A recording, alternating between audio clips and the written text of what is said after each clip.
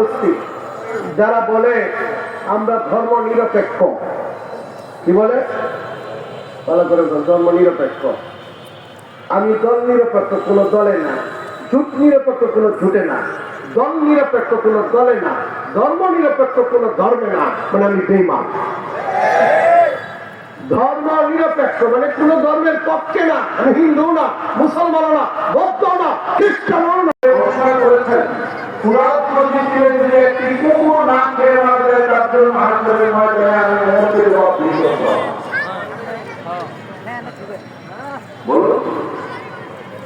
America মুখে হাত দিয়ে বলুন, আমাদের ঢাকা জাতীয় পত্রিকার রেফারেন্সে আমরা দেখাতে পারবো যে এই সময়ে আমেরিকাতে কত কোটি মানুষ দাসত্বের শিকার।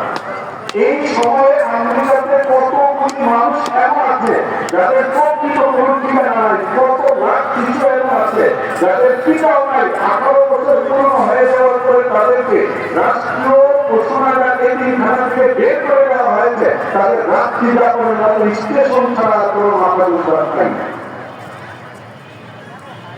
আর সেই আমেরিকায় দাঁড়িয়ে তোমরা ওই জায়গা সম্পর্কে কথা বলছো। মুহাম্মদুর রাসূলুল্লাহ সাল্লাল্লাহু আলাইহি ওয়াসাল্লামের রাষ্ট্রনীতি অনুযায়ী দেশ চালাবার পর সাইয়্যিদুনা হযরত ওমর ইবনে আব্দুল আজিজ রাহমাতুল্লাহ আলাইহির কাছে যখন যাবতীয় ব্যবস্থা সরকারের টাকা দিয়ে করে দাও।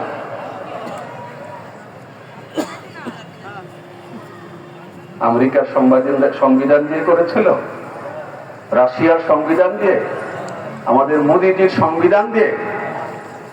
পার্থক্য শুধুমাত্র এতটুকু, আমাদের প্রতি জ্বালা আছে মানুষের।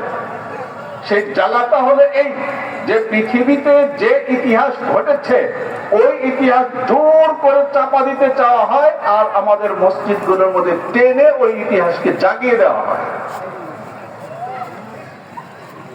মদিনার মসজিদে এসে এক ব্যক্তি ঢুকেছে। কোত্থেকে এসেছে? পারস্য থেকে এসেছে।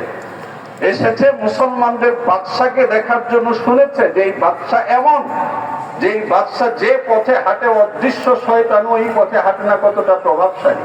সেই বাদশাকে দেখার জন্য এসেছে। এসে জিজ্ঞেস করেছে তোমাদের রাজধানী কোনটা? এটাই তো রাজধানী। রাজার প্রাসাদ কোনটা? আমাদের রাজার কোনো প্রাসাদ নাই, এই মসজিদেই রাজা থাকে। আমি তার সঙ্গে দেখা করতে চাই। কোথায় দেখা করব? বসে থাকো, নামাজের সময় আসলে এখানে বাদশাকে দেখবে। যে আমি এখন দেখা করতে চাই। যদি এখন দেখা করতে চাও তাহলে তালাশ করো। কোথায় তালাশ করব? তালাশ করবে সরকারি একটা ওট হারিয়ে গেছে। কি হারিয়ে গেছে? সরকারি একটা ওট হারিয়ে গেছে। সেই ওট নামে একটি উগ্রবাদী জঙ্গি সংগঠন, তারা বিভিন্ন ভাবে হুমকি ধমকি দিচ্ছে। আমরা তাদেরকে পরিষ্কার ভাষায় বলে দিতে চাই, ইতিহাস ভালো করে আবার পড়ে দেখো। শাহজালাল ইয়ামানী রাহমাতুল্লাহ আলাইহি রাজা গৌর গোবিন্দের বিরুদ্ধে জিহাদ করার জন্য সেই ইয়ামান থেকে বাংলাদেশে হিজরত করেছে। শাহজালাল ইয়ামানী রাহমাতুল্লাহ আলাইহির সিংহের মতো গর্জনে রাজা গৌর গোবিন্দ তার ক্ষমতা থেকে পালিয়ে যেতে বাধ্য হয়েছে। এই বাংলাদেশের মুসলিম জাতি শাহজালাল ইয়ামানী রাহমাতুল্লাহ আলাইহির উত্তরসূরি। সুতরাং তোমরা যদি আমাদেরকে হুমকি ধমকিয়ে কথা বলো, একথা মনে রাখো, শাহজালাল ইয়ামানী রাহমাতুল্লাহ আলাইহির উত্তরসূরিরা মরে নেই। আবার প্রয়োজনে বজ্র কণ্ঠে আওয়াজ তুলবে, আবার সিংহের মতো গর্জন দিবে। তোমাদেরকে ইনশাআল্লাহ দমাইতে ইনশাআল্লাহ তাদের সময় লাগবে না। এই দেশের মানুষদেরকে পার্শ্ববর্তী দেশ থেকে সবক দেওয়া হয় সম্প্রীতি বজায় রাখার জন্য। তাদের মনে রাখা উচিত তারা সেই ভারতে ইন্ডিয়াতে বাবরি মসজিদকে শহীদ করে দিয়ে সেখানে মন্দির স্থাপন করেছে। মসজিদ ভেঙে মন্দির স্থাপনকারীরা আমাদেরকে এদেশে সেই সম্পত্তি বজায় রাখার জন্য সবক দিচ্ছে। আমরা পরিষ্কার বলে দিতে চাই, এই বাংলার জমিনে সাম্প্রদায়িক সম্পত্তি আলহামদুলিল্লাহ অত্যন্ত খুব চমৎকার ভাবে হিন্দু মুসলমান সহ সকল জাতি কাঁধে কাঁধ মিলিয়ে একসাথে বসবাস করতেছে। কোন মুসলমান ধর্মীয় কারণে কোন অমুসলিমদের গায়ে হাত তুলেছে একটা নজিরে পাওয়া যায় না। সুতরাং আমাদের সাম্প্রতিক আমাদের সম্পত্তি অত্যন্ত চমৎকার, আমাদেরকে পার্শ্ববর্তী দেশ থেকে সবক দেওয়ার কোনো প্রয়োজন নাই। মহাতারা হাজিরিন, এরপর যে আপনাদের সামনে অত্যন্ত মূল্যবান আলোচনা করবেন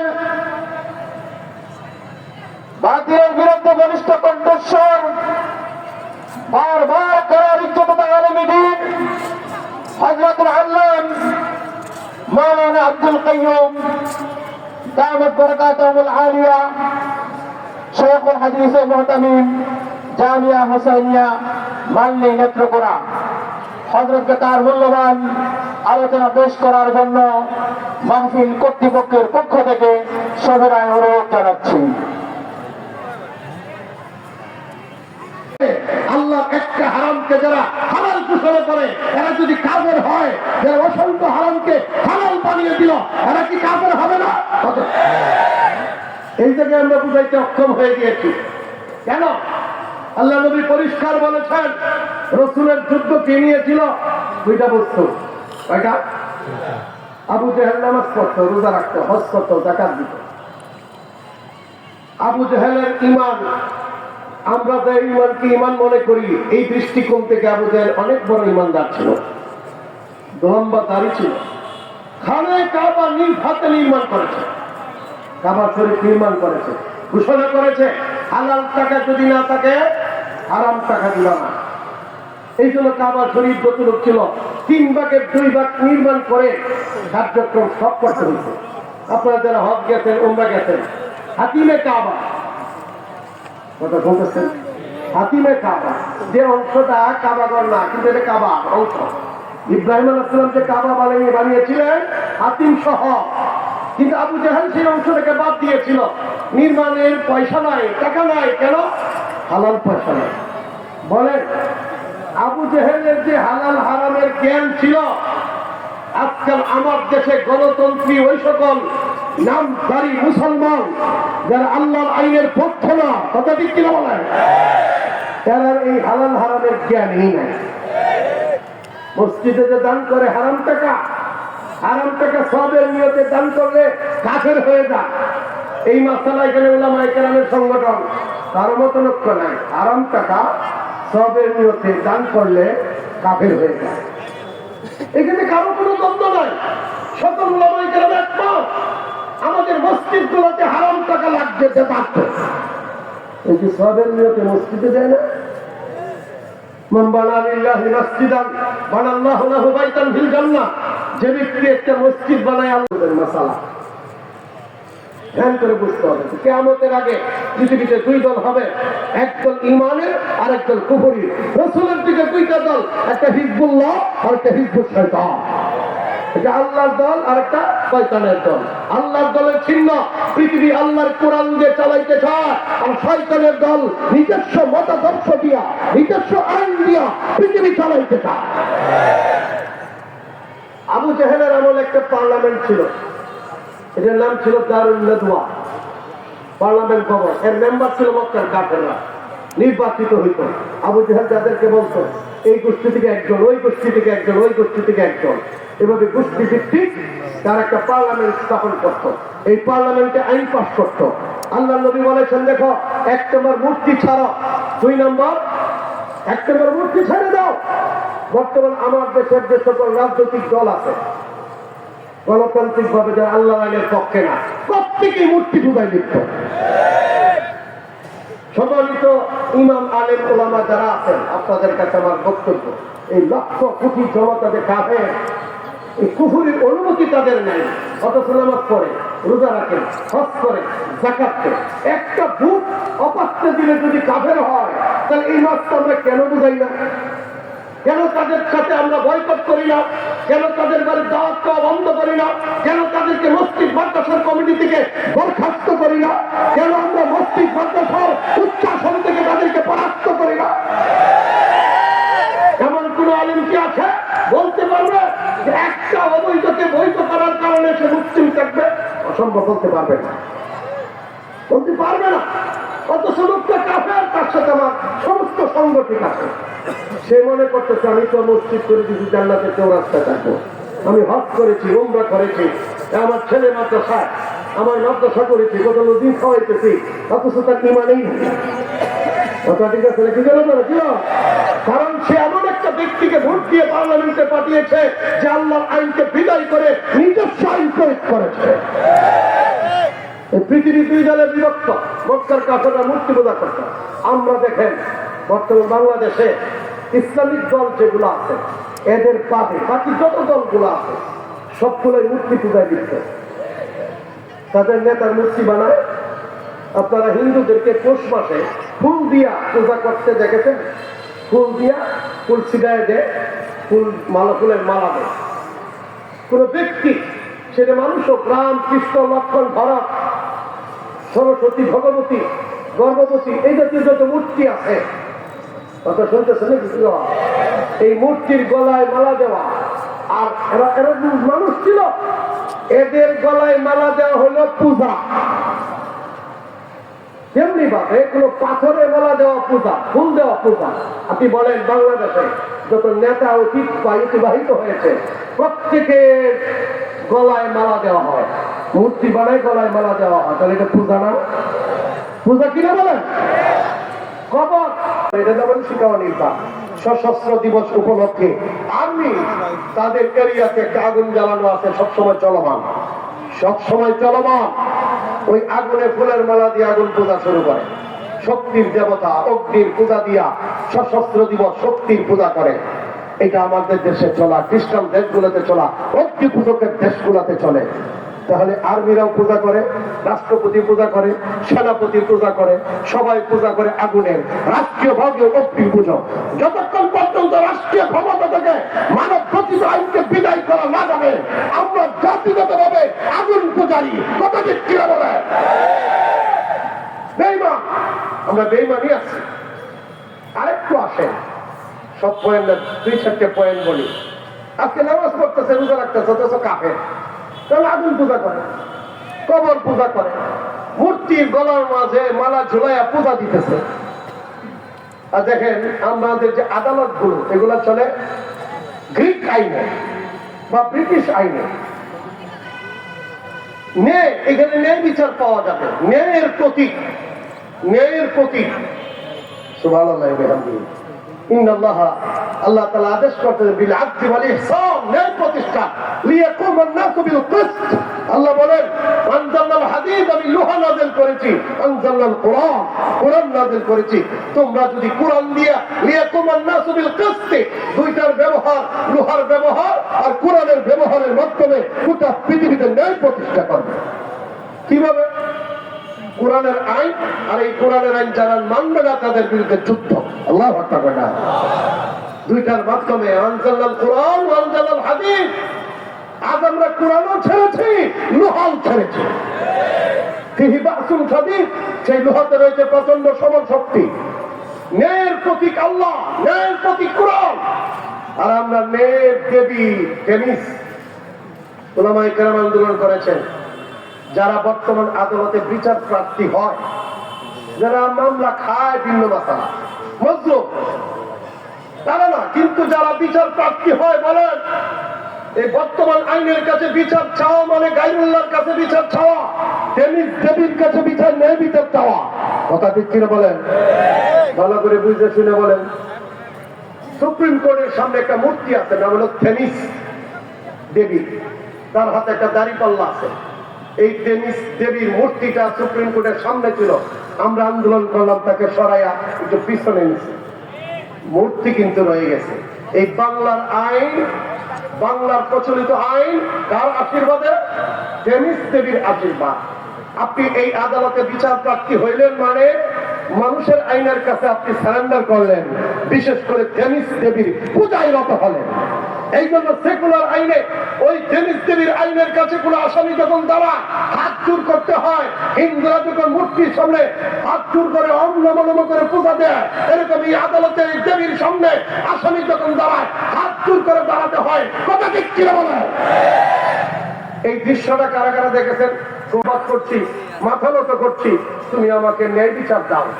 ন্যায়ের দেবী শক্তির দেবতা অগ্নি, তার পূজা হয়। ন্যায়ের দেবী থেমিসের পূজা হয়। যেমন হিন্দুরা বিদ্যা দেবীর নাম কি? বিদ্যার দেবী, হিন্দুদের যে বিদ্যার দেবী তার নাম কি? সরস্বতী। ধন্যবাদ। প্রত্যেকটা স্কুল কলেজ ইউনিভার্সিটি গুলাতে সরস্বতী দেবীর পূজা হয়। তাহলে বিদ্যা নিতে হলে সরস্বতীর পূজা, ন্যায় নিতে হলে টেনিসের পূজা, আর শক্তি নিতে হলে অগ্নির পূজা। এই যে অগ্নি পূজা, শক্তি পূজা আর এই দেবীর পূজা, যে পূজাকে ধ্বংসের জন্য আমার নবী, সমস্ত নবী পৃথিবীতে এসেছিলেন, আজকে এই গণতন্ত্রের নামে, এই আধুনিকতার নামে, সেকুলারিজমের নামে এই শিরিক বাংলার মধ্যে প্রতিষ্ঠিত হয়েছে। কথা ঠিক কিনা বলে?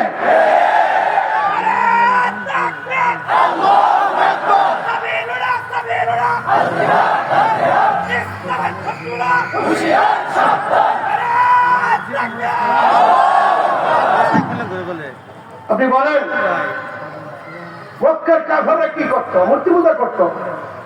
তারাও এরকম ভাগ্যের দেবী মনে করত, তীর চালাইত। ভাগ্য, ন্যায়, ইনসাফের এক এক দেবতা ছিল, পূজা দিত। একই পূজা রাষ্ট্রীয় ভাবে আমার দেশে চলমান।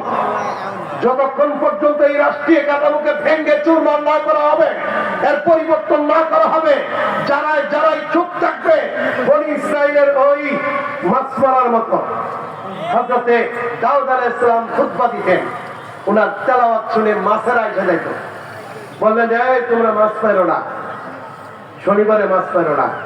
তখন তিন দল হলো, একদল বাধা দিল, আরেক দল চুপ রইল, আরেক দল মাছ মারলো। তারা আবার শনিবারে না, এরকম বায়না দিয়ে রাখলো, রবিবারে মাছ মারলো। সুরের দলে বলে আমরা তো শনিবারে মারি নাই। কথা কন্যা বেশিবা তখন আল্লাহু আকবার কন্যা। আল্লাহ তাআলা কি করলেন? উভয় দলকে যারা চুপ রইল তাদেরকে ধ্বংস করলেন, এরাও বেঈমান। যারা মাছ পড়লো তারাও বেঈমান। শুধু বাধা দিল যারা, এরাই বাচ্চা রইল, এরা ইমানদার। এই বাংলার মাটিতে যারা প্রচলিত আইনের বিরুদ্ধে, প্রচলিত সিস্টেমের বিরুদ্ধে, মূর্তি পূজার বিরুদ্ধে, মানুষের আইনের বিপক্ষে যারা কথা বলে, এরাই ইমানদার। আর যারা সত্যকে কিংবা পক্ষে দেয়, এদের কারো ইমান নাই। যে তারা তাদের খুব একবার বড় বড় আলেমদেরকে এবং তাদের পাদ্রী পিসাবদেরকে, আমাদের সমাজে পিসাব আর বড় মুফতি সাহেব, সহজ ভাষায় বোঝানোর জন্য বলতেছি, ইহুদিদের পীর আর বড় মুফতি। বড় মুফতিকে বলে তো আহবার, আর বড় পীরদেরকে বলে তো রুহবান। এদেরকে তারা রব বানিয়েছে। রব তো আল্লাহ। ওই যে ইস্কনের তার নাম কি? মহাপ্রভু।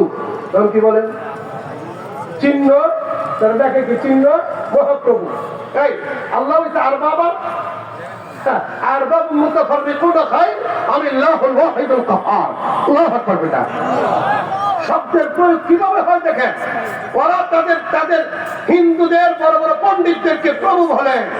প্রভু ব্রহ্মচারী বাবা লোকনাথ প্রভু, মহাপ্রভু চিহ্ন, সে তাদের প্রভু। আর আমরাও এই বাংলাদেশের এমপি যারা ছিল, প্রত্যেককেই গ্রিক দর্শন, ব্রিটিশ দর্শন অনুযায়ী প্রত্যেকে এক একজন প্রভু। এটা জানেন? প্রত্যেক যে এমপি সাহেব একজন প্রভু। আমরা আল্লাহ বানিয়েছে। আল্লাহ তারা কি বলে দেখবেন? লর্ড। লর্ড ইংরেজিতে কি বলে? লর্ড। Oh my lord. সব দেখেন, আদালতের নির্বাচনী বলেনি, সংসদের মাই লর্ড। যারা বিধানদাতা, আইনদাতা, এদেরকে লর্ড বলে। আর মুসলমান বিশ্বাস করে আইনদাতা একমাত্রকে বিধান, মানুষের বিধানের পক্ষে যারা, এরা বেঈমান। আর যারা আল্লাহর বিধানের পক্ষে, এরাই মোমেন। তারা লর্ড বানিয়েছে। ইংরেজিতে বলে Lord. Lord Lord Lord Curzon হল ঢাকা ইউনিভার্সিটিতে আছে। লর্ড মানে কি? আল্লাহ। রবের ইংরেজি লর্ড। রবের ইংরেজি কি? লর্ড। লর্ড লেখলে যে শিক্ষা সিলেবাস দিয়েছিল ব্রিটিশ, লর্ড, তারা লর্ড শব্দ ব্যবহার করে, হিন্দুরা ব্যবহার করে প্রভু। আমরা বলি রব। সেই রাসূলের যুগে হযরত আদী ইবনে হাতেম তিনি প্রশ্ন করলেন, হে রাসূলুল্লাহ, আমরা তো তাদেরকে রব মানি না, প্রভু মানি না, তাহলে আল্লাহ যে বলল ইত্তাখাযু আহবারাহুম ওয়া রুহবানাহুম আরবাবাম মিন দুনিল্লাহ, এর ব্যাখ্যা কি? রাসূল বলেন, আলাস্তুম তুহাররিমুনা মা হাল্লাল্লাহ, তোমরা কি আল্লাহ যা বৈধ করেছেন তাকে হারাম বানাও নাই? আল্লাহর দেওয়া হারামকে হালাল, হালালকে হারাম বানাও নাই? হ্যাঁ, এরকম তো হয়েছে। এইটাই হইল রব বানানো, অর্থাৎ আল্লাহর বিধানের বিপক্ষে তোমাদের বিধানকে আল্লাহর বিধানের উপরে স্থান দিলাম। কথা শুনতেছেন? এইটা হলো আল্লাহর উপরে রব বানানো। তাহলে আমার বাংলাদেশে মদ খাওয়া হালাল, সরকারি আইন। ওই যে পরিমণি একটা নায়িকা আছে নাকি, এটা যাই করেন না, বুটকালে ধরা গেছে। আমার মনে আছে সাক্ষাৎকার, ডিবির সাক্ষাৎকার, যে বলছে যে সেই উল্লাহ ভান্ডার করছে, তাকে আপনারা শাস্তি দিলেন না। তখন পুলিশ বলছে যে কেমনে শাস্তি দেবে, বাংলাদেশের আইনে প্রাপ্তবয়স্ক মোদী এবং তার বিজেপির উত্থান ঘটে, হিন্দুত্ববাদের উত্থান ঘটল ভারতের বুকে। দীর্ঘদিন মুসলমানদেরকে নামাইলে যে দলটা ক্ষমতায় ছিল, সেই কংগ্রেস ক্ষমতা থেকে আউট হয়ে গেল। আবার নতুন করে তাদের ক্ষমতা পাকাভুক্তের জন্য সেই বর্তমানে সম্বলের একটা মসজিদকে বলতেছে বড় মসজিদ, যে এর নিচে মন্দির ছিল, রামের মন্দির। আবার আজমির যে খাজা মঈনুদ্দিন চিশতি রহমতুল্লাহ আলাইহির কবর যেখানে, মসজিদ যেখানে, সেই আজমিরের নিচে নাকি মন্দির ছিল। এই জন্য যে তদন্তের জন্য হাইকোর্ট থেকে নির্দেশ দিয়েছে, একজনে মামলা করে দিয়েছে। এই সব কিছু একই সূত্রে গাথা, যে মুসলমানদের মসজিদ স্থাপনাগুলোকে ধ্বংস করে হিন্দুত্ববাদের উত্থান ঘটিয়ে ভারতের মাটি থেকে মুসলমানদেরকে ধ্বংস করা যায়, এই একটা চক আর একটা ভিত্তি চিন্তার ভিত্তিতে অগ্রসর হওয়া। এই বিষয়টা আসলে কি, কেন তারা এরকম করতেছে? আর বাংলাদেশে যে ইসকন আছে, ইসকনের একটু রাষ্ট্রদ্রোহী বক্তব্য দিয়েছে, মানুষ হত্যার সাথে জড়িত, অনেক অপরাধের সাথে জড়িত। তাকে গ্রেফতার করার পরে গোটা ভারতের মিডিয়া বাংলাদেশের বিরুদ্ধে উঠে পড়ে লেগেছে। তাহলে বোঝা যায় যে আসল জায়গায় হাত পড়েছে। কথা ঠিক কিনা বলে? কোন জায়গায় হাত পড়েছে? তাহলে বিষয়টা কি? আসলে কি সেই মহাযুদ্ধ আল মালহামাতুল উজমা, ভয়ঙ্কর যুদ্ধ, যে যুদ্ধের কথা আল্লাহ নবী বলেছিলেন, এই যুদ্ধ কি আমাদের দোরগোড়া আমাদের সামনে অপেক্ষমান? বা এই যুদ্ধে আমরা কোন পক্ষে থাকবো, কিভাবে থাকবো, এই নিয়ে কিছু কথা আপনাদের সামনে পেশ করব। যেহেতু আমার ভাই, আমার বন্ধু বললেন, আল্লাহ তাআলা যদি তৌফিক দান করেন। আপনাকে হাদিসে আছে কিয়ামতের পূর্বে পৃথিবী দুই ভাগে ভাগ হবে। ফিরকাতানে, ফিরকাতু ঈমানি লা নিফাকা ফিহি ওয়ালা কুফরা ফিহি। একটা দল হবে ঈমানের, আরেকটা দল হবে বেঈমানি। ফিরকাতু কুফরি, দুই দলে বিভক্ত হবে। এক দলের চিহ্ন হবে যারা পৃথিবী আল্লাহর আইন দিয়ে চালাইতে চাইবে। তাদের বক্তব্য পৃথিবী চলবে কার কথায়? আল্লাহর কথায়। পৃথিবীর সংবিধান কোরআন। আরেক দল হবে যারা বলবে যে না, পৃথিবী চলবে মানুষের আইন দ্বারা। এরা হলো কাফের, বেঈমান। এরা কাফেরদের দলে দুই দল। এটা সারা পৃথিবীতে হবে, দুই দলে বিভক্ত হবে, তৃতীয় কোনো দল থাকবে না। আজকে বাংলাদেশের আলেমদের, উলামায়ে কেরামের সবচেয়ে বড় বেদনাদায়ক আখ্যান, বেদনাদায়ক অধ্যায়, যে তারা ঈমান আর কুফরিকে আমরা পরিষ্কার ভাবে মানুষের সামনে পেশ করতে পারছি না। যেটা আমার নবী বলে গিয়েছেন, যারা আল্লাহর আইনের পক্ষে এরা মুমিন, যারা আল্লাহর আইনের বিপক্ষে তারা কাফের। তাহলে আপনি আপনার সামনে দেখেন মুসলমান নামধারী লক্ষ লক্ষ জনতা, যারা বাংলাদেশ সংসদ বলুক যে আমি টার্মিনালে ঘুমাতে পারি। কেন পারেন না?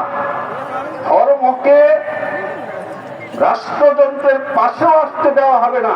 তার কারণ হলো, যদি ধর্ম রাষ্ট্রযন্ত্রের মধ্যে ঢুকে পড়ে, তাহলে সব কিছু করা যাবে অন্যায়ভাবে, জনতার সম্পত্তি লুট করে পালিয়ে যাওয়া যাবে না।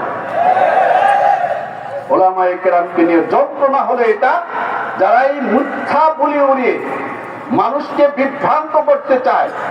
ইসলামের মতো এমন একটা ধর্ম, যে ধর্মকে পৃথিবীর সৃষ্টিকর্তা ঘোষণা দিয়েছেন আল-ইয়াওমা আকমালতু লাকুম দীনাকুম ওয়া আতমামতু আলাইকুম নি'মাতি ওয়া রাদিতু লাকুমুল ইসলাম দীনা। এটা বলে আবার এটাও বলে দিয়েছেন, ওয়া মান ইয়াবতাগি গায়রাল ইসলামি দীনান ফালান ইউকবালা মিনহু।